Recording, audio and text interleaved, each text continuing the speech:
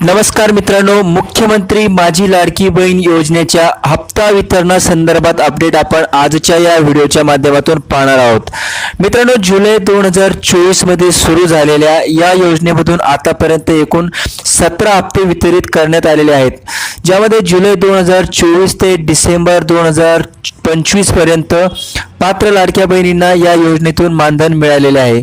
यासोबतच नवीन वर्षात जानेवारी 2026 मध्ये मकर संक्रांतीच्या निमित्ताने डिसेंबर 2025 व जानेवारी 2026 हे दोन्ही हप्ते एकत्रित मिळणार होते. परंतु आपण बघितलं असेल की डिसेंबर 2025 चा जो काही हप्ता होता तो 31 डिसेंबरलाच जमा करण्यात आलेला आहे.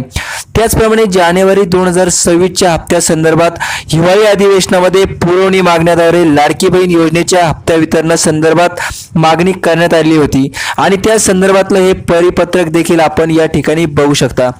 मित्रांनो, सध्या तरी जानेवारी हप्ता हा कधी मिळेल याकडे सरकारच्या माध्यमातून स्पष्टता जरी नसली, परंतु पुरवणी मागण्यांच्या माध्यमातून हिवाळी अधिवेशनामध्ये लाडकी बहीण योजनेच्या लाभार्थ्यांसाठी त्यांचा काही जानेवारी 2026 हप्ता वितरित करण्यासाठी मागणी करण्यात आली होती.